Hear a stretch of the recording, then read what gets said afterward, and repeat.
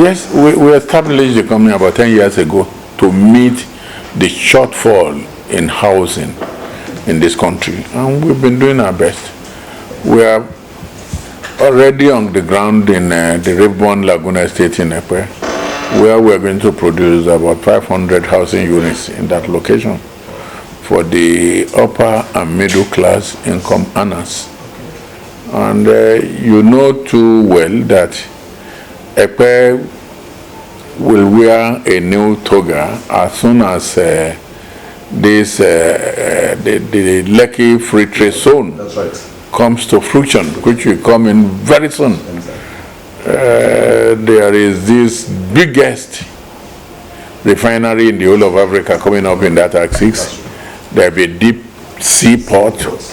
There is going to be an airport and a lot of things. Petrochemical industry is growing seriously that side, and the housing is key. Good living, comfortable living is very important for the workers so that they can really optimize their ability to produce good things for those who would be there. Yes, we're already putting the infrastructure there. Okay. We've started the office accommodation is almost completed, and the roads, the infrastructures are going on. And the first prototype design of about 25 units is at the DPC level. We are moving. We are moving.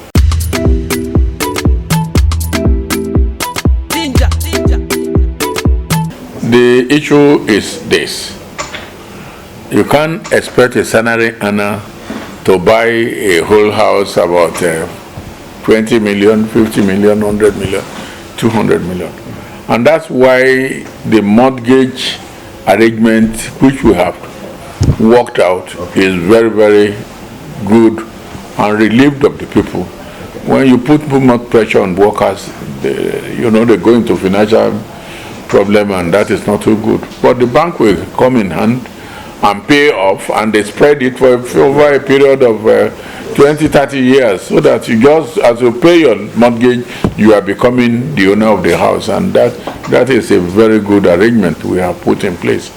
And government is encouraged to support their workers to have good houses. So the environment you live in dictates what kind of thinking and productivity you can give out. So they must make the workers to be very, very comfortable. And that will enhance productivity, and it will help the workers to really be very good, healthy people. And it is when somebody is happy, somebody is healthy, that you can expect the best from such a person.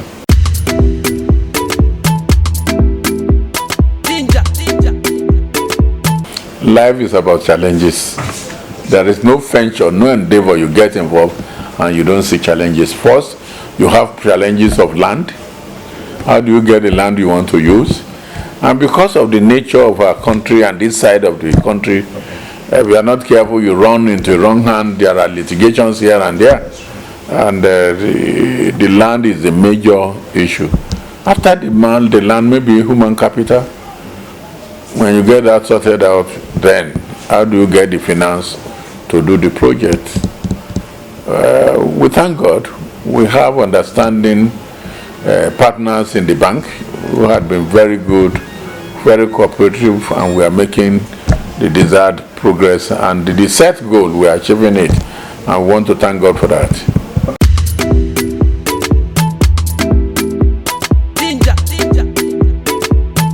So there is no alternative than when you do good job. Some people, for reason best known to them, probably to maximize their profit, cut corners. And you can't eat your cake and have it. You don't cut corners in building, because if it happens, it could involve life. And I'm happy government is putting in stringent measures. If you build a house and it collapses, you face the music. And that's why not every Jack, Tom, and Harry should be in charge of building, because if it happens and it fails, human life could be destroyed. So it's very, very important that there be very strict government, effective supervision ensuring professionals who are qualified to be in charge are the ones in charge. And with all these professionals, people still cheat by cutting corner, reducing content of cement, not using the right of reinforcement and all this.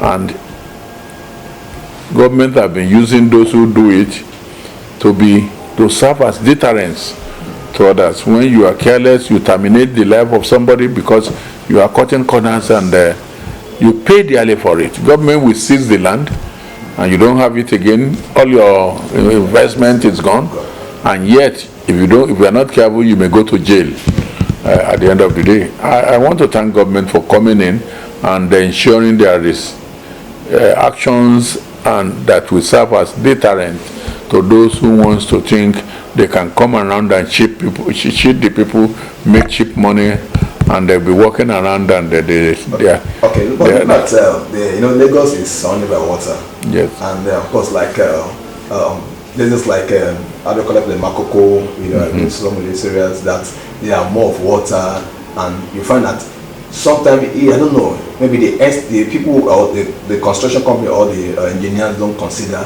that there's always extra work done. There is always provision. Okay. That you do soil test. Okay. The result of the soil test will tell you the type of foundation, whether short piling, whether raft, whether strip foundation you do in a given area. So whether it is in some countries, they fill up the lagoon. Of course, example is here in Nigeria. Go to the Atlantic Ocean here in Bar Beach. They've sand filled out almost 2-3 kilometers into the high sea, and they are building. The building remains because they have complied with what the engineering specification determines you should do for such a situation. But if you ignore and you don't do your soil test, you do it or you refuse to comply with the specification of what it ought to be, then you suffer for your ignoring serious engineering advice on your project. So it's not a problem whether somewhere is swampy, somewhere is solid ground. It doesn't matter. There is engineering specification to serve the need of such areas, and once you employ the right professionals to do the job for you, and once you follow their professional advice to the letter, you are home and dry, no problem.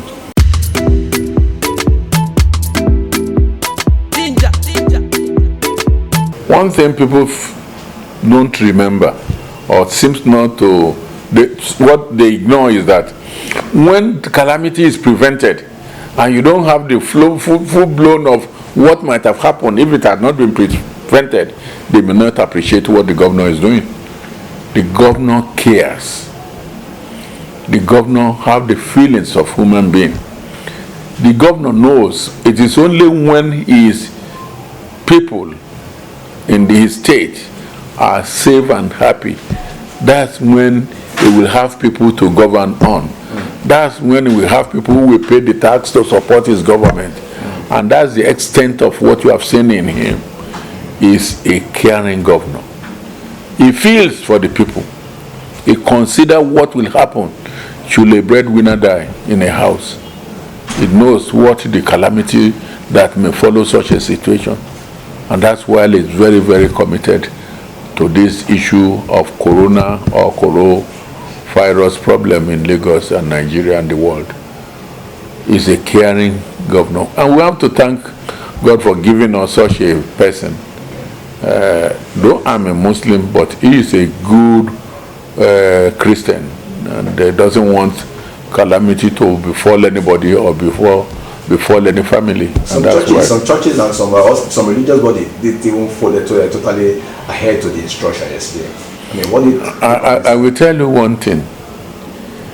The church leaders in this country, I'm sorry to say, some of them, they are doing it for commercial reasons, for money. It is the number of people that comes to the congregations, they drop money. And when suddenly you ask them, don't be more than 50. And whereas it used to be 2,000, 3,000, 500 people. The take home is reduced, but they should not do that and sacrifice life. They need to preach and save. And I will appeal to those leaders, religious leaders, who don't take into consideration the life of their members. Coronavirus is real. Coronavirus is dangerous. Trump, that wonderful president of the world, accepted that the corona issue is real and a lot of people will die if care is not taken. That we are lucky. We are in the tropical regions that I'm told, I'm not an expert, that probably the coronavirus cannot withstand the heat around. And when you drink a lot of hot water, it helps you. And when you do certain things, it helps you.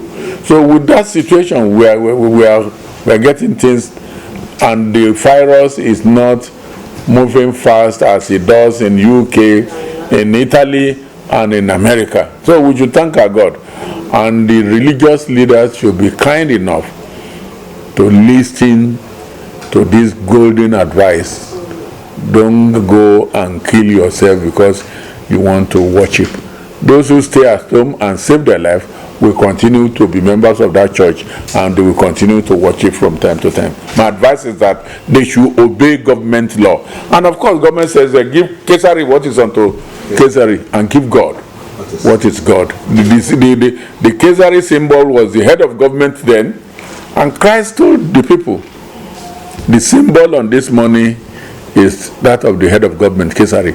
Whatever they say, obey them. And the Quran says you should obey your leaders because they were ordained to guide you so that you can have long life in the lands God has given to you. So everybody must listen to government. More importantly, this kind of good government and good governor we have in Lagos State.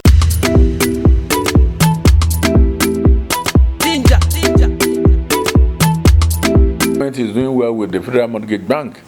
They are there to support and finance.